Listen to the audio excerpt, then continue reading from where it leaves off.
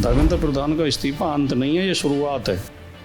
इसे आप शुरुआत कह रहे हैं? यस, ये शुरुआत है। इस सरकार के खिलाफ बगावत शुरू हो गई है, इस सरकार का पतन प्रारंभ हो गया। अगर सनातन का सबसे ज़्यादा अपमान किसी ने किया तो भारतीय जनता पार्टी और आरएसएस ने किया। अगर सबसे बड़े धर्मद्रोही और देशद्रोही संगठन है तो वो आरएसएस और बीजेपी। जो बीजेपी को वोट न दे वो इन्हें हिंदू ही नजर नहीं आता। अगर बीजेपी से सवाल पूछ ले तो ये शंकराचार्य के ऊपर भी पॉक्सो एक्ट में मुकदमा करा देते हैं फर्जी, उन्हें भी कालने भी बता देते हैं। और अपनी रैली में ये हनुमान जी को भी नचा देंगे बीजेपी का झंडा लेके। जो अभी भी अंधभक्त हैं वो अभी भी वही बात बोल रहे हैं। जो गोदी मीडिया ने इस आंदोलन में भी सारे वो फॉर्मूले अपनाए जो पहले आंदोलनों में अपनाता रहा कि इनके तार विदेश से जुड़े हुए हैं, इन्हें विदेशी फंडिंग हो रही है, ये आतंकवादी संगठनों से जुड़े हुए हैं, ये टुकड़े टुकड़े गैंग हैं, ये शहरी नक्सल हैं। घटनाएं जो दिखाई जा रही हैं गोदी मीडिया के द्वारा वो फर्जी और बनाई हुई हैं और इन्हीं के द्वारा की गई हैं। वो बच्चों ने कहीं कोई हिंसा नहीं की, ना कहीं पत्थर फेंके, ना कहीं पुलिस से भिड़े। वो पिटे लेकिन फिर भी उन्होंने हिंसा नहीं करी, खड़े खड़े पिटते रहे, नारे लगाते रहे। तो इस बात पे हमें गर्व होना चाहिए कि इस देश का भविष्य बहुत उज्जवल है। शिक्षा व्यवस्था तो पूरी तरह इन्होंने चौपटी कर दी है। हर परीक्षा के पर्चे लीक हो जाते हैं, कहीं कॉपी बदल जाती हैं, कहीं जो नंबर चेंज कर दिए जाते हैं, धांधली होती है परीक्षाओं में। जो लोग तानाशाही करके आए उन्हें तानाशाही नहीं मारा, जो लोग झूठ बोल के आए उन्हें झूठ नहीं मारा, जो लोग सेना के बल पाए थे उन्हें दूसरी सेना नहीं मारा। मोदी जी सोशल मीडिया को दुरुपयोग करके आए, फर्जी खबरें फैला के फर्जी नैरेटिव बना के उसका दुरुपयोग किया। वही सोशल मीडिया अभी ने मार रही है। नमस्कार दोस्तों, कैमरे में अभी आपको हमारे साथ राजकुमार भाटी जी दिखाई दे रहे होंगे। और आने वाले 6 महीने में यूपी में चुनाव है और अभी हफ्ते भर में बहुत कुछ राजनीतिक परिस्थितियां बदली हैं। तो क्या वो सारी बातचीत इनसे जानने और समझने की कोशिश करते हैं। राजकुमार भाटी जी, पहले तो आप हमारे चैनल पर आए, इसके लिए बहुत बहुत धन्यवाद जी। सर, ये जो सीजेपी का आंदोलन हुआ और अंततः जिसमें धर्मेंद्र प्रधान जी को इस्तीफा देना पड़ा, ये जो सब कुछ हुआ, लेकिन 12 साल में पहली बार जाकर एक इस्तीफा हुआ। राजनाथ जी का जो आपने वो बयान देखा होगा, तो कैसे देखते हैं आप इस सारी चीज़ों को? नहीं, सीजेपी के प्रदर्शन को इस दृष्टिकोण से उसकी समीक्षा करनी चाहिए हमें कि ये एक सबूत है इस बात का कि युवाओं में वर्तमान सरकार के प्रति कितना गुस्सा है और कितना आक्रोश है और कितनी नाराज़गी है। मोदी जी जो झूठ बोल के 12 साल तक लोगों को गुमराह करते रहे, सपने दिखाते रहे, और इन्होंने जो एक नेटवर्क अपना तैयार किया पेड वर्कर्स का, जिसमें आईटी सेल हो, चाहे गोदी मीडिया हो और चाहे कुछ कार्यकर्ता टाइप लोग भी हैं, कि जो केवल पूरे दिन झूठ बोलते हैं, लोगों को गुमराह करते हैं। और जो हिटलर का जो प्रचार मंत्री गोइबल्स जो कहता था कि एक झूठ को बार बार बोलो तो वो सच जैसा लगने लगता है, तो उसी पॉलिसी पे चलते हैं। तो वो झूठ इनका खुल चुका। आखिर सपनों में आदमी कब तक जिएगा भाई? रोज़गार लगातार घट रहे हैं, महंगाई लगातार बढ़ रही है, रुपए की कीमत लगातार घट रही है, विदेशी कर्ज लगातार बढ़ रहा है, पेट्रोल डीजल लगातार महंगे हो रहे हैं, देश में सामाजिक ताना बाना खराब हो रहा है, नफ़रत फैलाई जा रही है, लोगों को लड़ाया जा रहा है। ये सब चीज़ें लोग देख रहे हैं। और ये शिक्षा व्यवस्था तो पूरी तरह इन्होंने चौपटी कर दी है। हर परीक्षा के पर्चे लीक हो जाते हैं, कहीं कॉपी बदल जाती हैं, कहीं जो नंबर चेंज कर दिए जाते हैं, धांधली होती है परीक्षाओं में। तो ये सब चीज़ें लोगों को धीरे धीरे वो गुस्सा जो है सड़क पर उतर के आया और सरकार को जनता के दबाव के सामने झुकना पड़ा। ये बात सही है, लेकिन उससे ज़्यादा महत्वपूर्ण ये है कि मैंने तो ये बोला भी उसके तुरंत बाद कि ये धर्मेंद्र प्रधान का इस्तीफा अंत नहीं है, ये शुरुआत है। इसे आप शुरुआत कह रहे हैं? यस, ये शुरुआत है। इस सरकार के खिलाफ बगावत शुरू हो गई है, इस सरकार का पतन प्रारंभ हो गया। धर्मेंद्र प्रधान का इस्तीफा मोदी सरकार के पतन की शुरुआत है। अगला इस्तीफा किसको आप देखते हैं तब ऐसे में? और ये केवल सरकार बदलने की बात या सरकार हटाने की बात नहीं, जो इनके चंगुल में लोग थे वो इनके चंगुल से मुक्त हो गए हैं। अब इनका झूठ बेनकाब हो गया है, अब इनसे जो है लोग बाहर निकलेंगे। अगली सरकार तो भारत में इंडिया गठबंधन की बनेगी। एक सवाल इसमें ये भी आता है कि सीजेपी एक जो है कि नॉन पॉलिटिकल पार्टी है, एक तरह से प्रेशर ग्रुप की तरह काम किया उसने। समाजवादी पार्टी या इंडिया गठबंधन में जो कांग्रेस है, क्यों नहीं इस तरह का आंदोलन कर पाई पिछले 12 सालों में सरकार के खिलाफ? देखिए, ये जो सवाल है जो आप अब पूछ रहे हो, ये सवाल गोदी मीडिया के द्वारा उठाया जाता है उनके द्वारा निर्मित सवाल है ये। कुछ आप जैसे अच्छे पत्रकार भी इसके चंगुल में आ जाते हैं, प्रोपेगेंडा का शिकार हो जाते हैं। समाजवादी पार्टी लगातार ये मसले उठा रही है। अभी 1 महीने पहले ही लखनऊ में अखिलेश यादव जी ने प्रेस कॉन्फ्रेंस की और बाकायदा मीडिया के सामने सूची जारी की कि कितने पर्चे आउट हुए हैं यूपी में और कितनी परीक्षाओं में धांधली हुई है। पुलिस भर्ती का पर्चा लीक हुआ, समाजवादी पार्टी के कार्यकर्ता पिटे सड़कों पर, जगह जगह आंदोलन हुए। 1 सप्ताह तक तो मुख्यमंत्री ये कहते रहे कि अफवाह फैला रहे हैं, इनके खिलाफ मुकदमे दर्ज किए जाएंगे, इनके खिलाफ सख्त कार्रवाई की जाएगी। मानने को तैयार नहीं थे कि पर्चा लीक हुआ है। फिर मुख्यमंत्री को मानना पड़ा, जांच बैठानी पड़ी, लोगों की गिरफ्तारी हुई। और जो भी इस तरह के मसले हुए हैं, उधर कांग्रेस भी कर रही है। इस धरने से पहले प्रदर्शन से पहले राहुल गांधी ने कोटा में मीटिंग की छात्रों की। तो ये नहीं कह सकते कि विरोधी पार्टी उठा नहीं रही हैं, लेकिन जो जिसे हम गोदी मीडिया कहते हैं और जो मेन स्ट्रीम मीडिया भी कहा जाता है, मुद्दे उठाने की बात नहीं करी। बात बता दूँ वो क्या करते हैं। देखिए, आपके जैसे चैनल तो जो यूट्यूब चैनल हैं और जो छोटे चैनल हैं वो लगातार जनता की आवाज़ उठा रहे हैं और सच दिखा रहे हैं। लेकिन जो गोदी मीडिया है वो एक विपक्ष कोई आंदोलन करेगा तो उसे दिखाएंगे नहीं और फिर ये कहेंगे कि ये करते नहीं हैं। विपक्ष लगातार सड़कों पे है, लगातार एक्टिव है और हमारे नेता तो श्री अखिलेश यादव जी इस मामले में बहुत ज़्यादा संवेदनशील हैं। और जब उत्तर प्रदेश में समाजवादी पार्टी की सरकार बनी है, शिक्षा के क्षेत्र में और रोजगार के क्षेत्र में बहुत काम किए गए हैं। पहुँचते हैं सर 6 जून पे। 6 जून को ये पहला मतलब कि ज़मीन पे इनका प्रोटेस्ट हुआ था।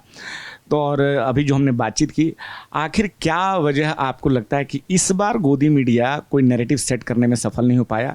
हालांकि शुरुआत में ही लोगों ने कुछ ऐसे तत्व आए थे, लेकिन फाइनली हम देखते हैं कि इस आंदोलन को वो ध्वस्त नहीं कर पाते हैं अपने तर्कों से या कुछ भी। क्या कहेंगे आप?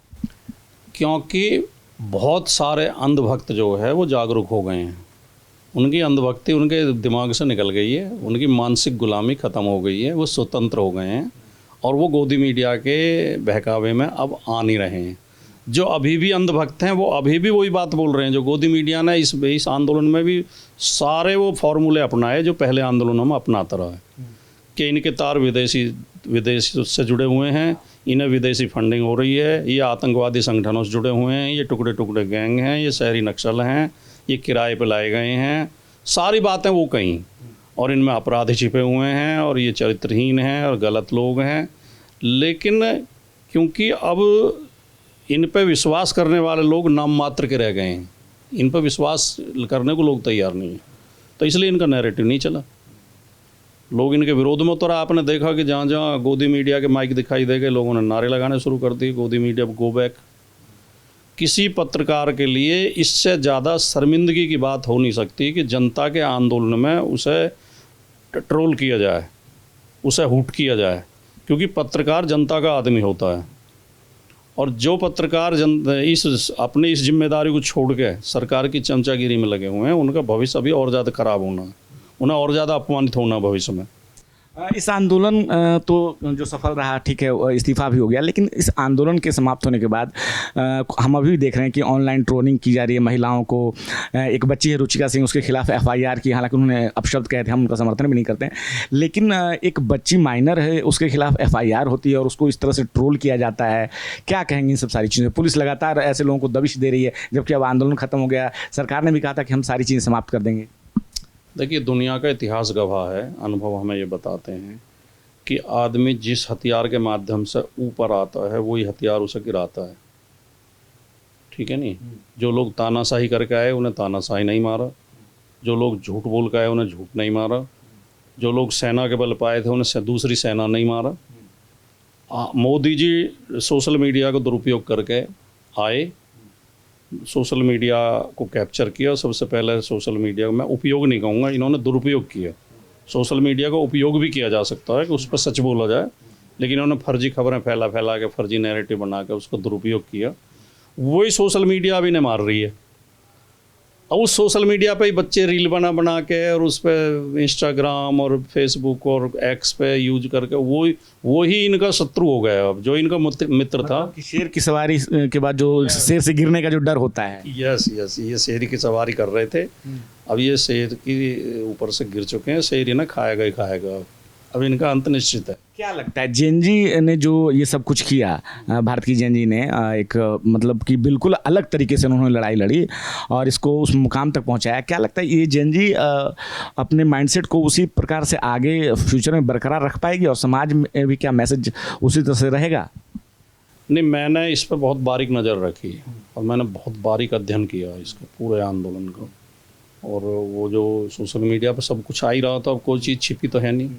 मैं इस पीढ़ी से बहुत ज़्यादा उत्साहित हूँ और बहुत ज़्यादा मतलब गौरवान्वित हूँ और आश्वस्त हूँ। इसी पीढ़ी के बारे में कहा जाता था कि 7 दिन आराम करती है, संडे को भी 7 दिन काम नहीं करती और संडे को भी आराम करती है। ये तो एक मनोविज्ञान है।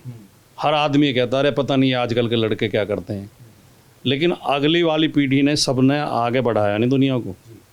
जिस पीढ़ी के पास मोबाइल नहीं थे वो इनसे यूँ नाराज के ये हर टाइम मोबाइल लिए बैठे रहते हैं। अरे मोबाइल बनाया भी तो किसी ने। तो ये तो एक मनोविज्ञान है, वो कहते ही कहते हैं अजी आजकल ज़माना बहुत ख़राब आ गया। वो मैथिलीशरण गुप्त की एक बहुत प्रसिद्ध कविता है कि अपने युग को हीन समझना आत्महीनता होगी, तजो इसे इससे दुर्बलता और दीनता होगी। एक समय जो ग्रह दूसरे समय त्याज्य होता है, ऊष्मा में हिम के कंबल का भार कौन ढोता है। जब सर्दी में हम सब कंबल लपेट कर रखते हैं, लेकिन जब गर्मी आ जाए तो कंबल फेंक देना चाहिए। गर्मी में कौन कंबल ओढ़ता है। तो ज़माना बदलता रहता है, समय के साथ हमें बदलना चाहिए। हम जिस युग में पैदा हुए वही हमारे लिए बड़ा है। हमारे आगे कितना कर्म क्षेत्र पड़ा है। तो ये तो लोगों को शिकायत रहती है, अगर ये आजकल की पीढ़ी बहुत ख़राब होगी, आजकल की पीढ़ी बहुत ख़राब होगी। ये जो हमारी जेन जी है, जो 15 से 28 साल के बीच के जो वो हैं बच्चे हैं आज के दौर के, मैं समझ रहा हूँ कि ये सारी पीढ़ियों से समझदार, रचनात्मक, अनुशासित और जिम्मेदार लोग हैं और देशभक्त। देखिए, हमें इस बात पर गर्व करना चाहिए और इस बात की समीक्षा करनी चाहिए। श्रीलंका में क्या हुआ, बांग्लादेश में क्या हुआ, नेपाल में क्या हुआ। बांग्लादेश के प्रधानमंत्री को हेलीकॉप्टर लेकर भागना पड़ा। श्रीलंका में तो मार भी दिए 1-2 मंत्री और उन्हें महल छोड़ के भागने पड़े, उनके महल लूट लिए।